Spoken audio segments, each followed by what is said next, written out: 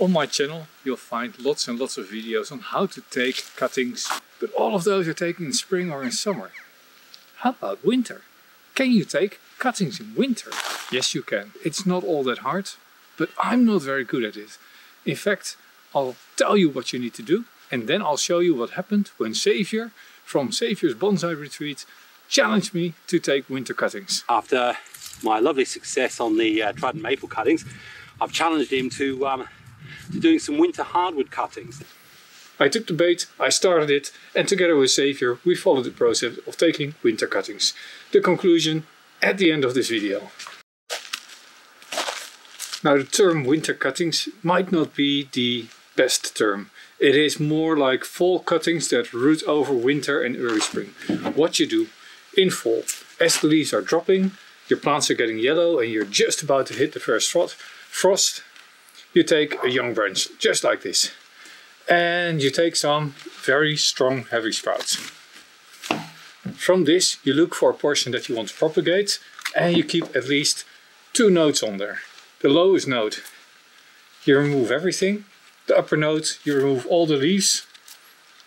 And actually I remove the side branches until you have something like this. There's no leaves, it's just young wood. These you plant very deep in a pot. You cover them 2/3 with substrate. These you then put somewhere in a shaded position in your garden and you just wait for spring. Of course, you don't let them dry out. Anyway, I put a bit of time in figuring out how to take winter cuttings. I am not very good at it, I've always been unsuccessful, but when Xavier challenged me to do winter cuttings last year... I go for hardwood cuttings. I'm going to challenge you. Oh, you want to challenge me now? Let's take a dozen maple. Challenge accepted. Cuttings of maple trees, let's take a few of these. Make sure you get cuttings with short internodes. And a dozen Trident if you've got them.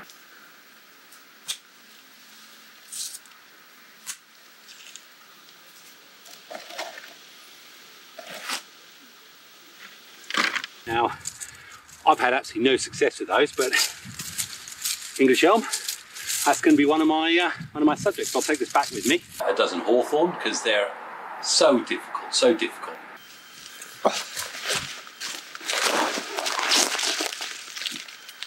Double flowered Hawthorn. I think it is Paul's Scarlet. And good thing I haven't pruned it yet. So I can get some thick, strong growing whips. Not often seen successful cuttings of these, but let's see. And I'm burying them very deep. And notice these are all very strong whips of this year. Callus. It is now middle of winter, last week of December, Christmas time.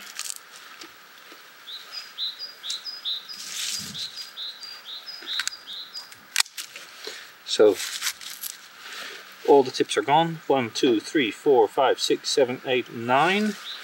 Okay, I'll add a few stem cuttings. Yeah, don't worry. I'm going to get to 12. I'll take a dozen of something else.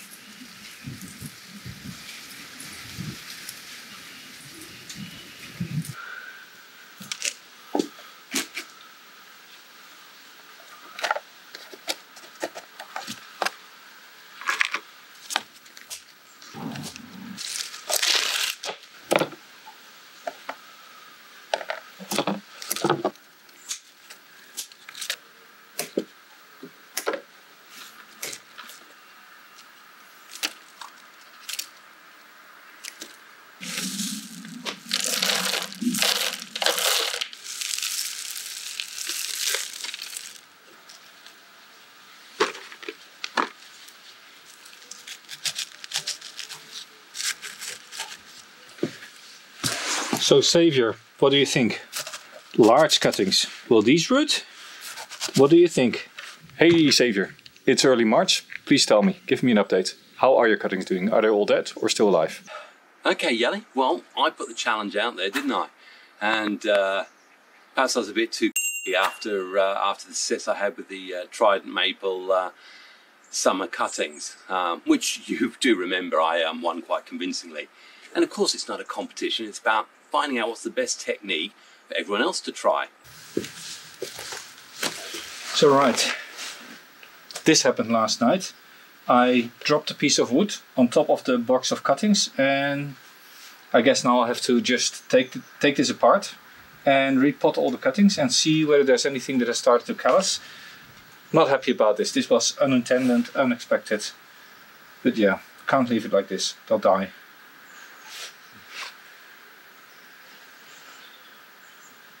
That's not to say that they won't die anyway.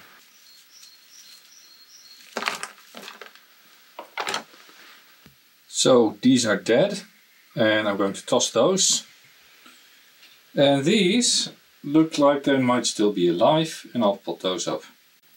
Hey Xavier, how are your cuttings doing? Here we have maple and we have Prunus Mume. So some of the other cuttings, it is now late March. These are the Arakawa maple, then there's the larch, then there is the Hawthorns, all showing good buds. All my elms. Fair enough, Jelle. All yours. Well done. You are the master when it comes to hardwood cuttings, especially I know when it comes to doing your elm. And I'm sure you get a cutting off a plank of wood if you tried hard enough. So we're a month further on now. The maple hardwood cuttings, definitely we've got about 70% of those are still showing lovely green growth. I'm feeling very confident now. English elm. Probably out of that batch, 1, 2, 3, maybe 4 of roots by the look of it. The hornbeam, I think you can clearly see there, probably about 60% of them still continue to show growth. The Fuji cherry, you know, why bother doing cuttings? There's some lovely, look at the size of some of those stems on there, pencil thickness. No effort at all, and I've got, again, I've probably got at least 60% success there. This Mume, and it's flowering. This is the second batch of maples, and I think I might have said on a video, I dropped them just after I did the filming last month. Looks like, and that's what happens. You see, you've got to be so careful. All of the buds have died, and all but one of them. And then we go finally to the Chinese elm, which should have been the easiest to root from hardwood cuttings. All of them died. Hey, it's September. And we need to assess just how well it went. And well, Xavier, it's the end of the growing season and it's time to check how well did you do. How many of these cuttings survived for you? And for me? I'd love to have this big grin on my face, but you know, truthfully, Jelle, some days I wish I'd never opened my gob. In fact, most days, most people wish I'd never opened my gob. But alas, you know what? I think I'm going to have to show you my results, and I fear that this time you may have the slip on me, because I think I got the in total of 3. Oh wow, I did actually not expect that. So yours also didn't do all that well? Well, in a way that makes me feel good. I don't like it that also you don't have all that many cuttings that rooted, but it means that for you and me both, we prefer to do the spring cuttings over the winter cuttings. I put in a dozen of Fuji cherry, and of those, I think I've lost that third one, but I've definitely got 1, 2, which have got leaves on them, English elm. Yeah, I think that one's brown bread, but we've got 1. So, okay. I took a dozen of the Hawthorn, okay, from the hedging, and we've still got some leaves on there, but I think this is one of those things I'll wait and see how it looks next spring, whether it buds out.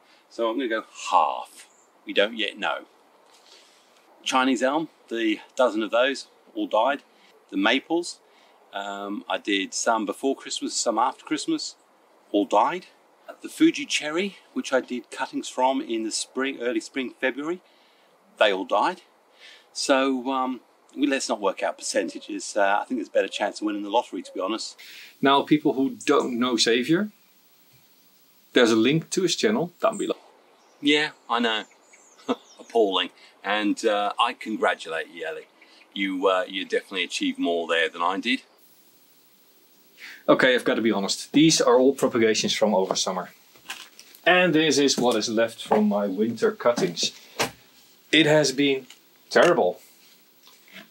I have a bunch of Prunus Mume and I've got 2 elms that are still alive. Nothing else survived. I told you I am not good at winter cuttings. I don't like them, I don't understand them, and for me it is a lot easier to do spring cuttings than winter cuttings. I submit here my defeat. Well, that's good news, isn't it? Think about it. I went along with a pair of snips and I just took some cuttings, chucked them in, left them exactly where they were like this all through the winter, as you've seen, and I've got 3. That's 3 more than I had and it cost me nothing. Concluding words as promised. That took 1 year. It resulted in a handful of rooted cuttings. So for me, winter cuttings, they're not worth the effort. I know that some people have much higher success rates. If you do, let me know. Pop in the comments how you do it. Give me your recommendations. And then maybe I'll try again next year, not this year. It is way too cold. It is still freezing. And yeah, maybe that's also a recommendation. Don't do this when it's freezing. Do it before the first frost.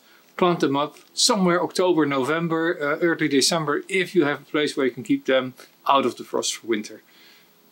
This is Jelle, growing bonsai. I'm going to go inside, get something warm. Oh. Any chance you could sign this for me? It'd be worth an awful lot more money.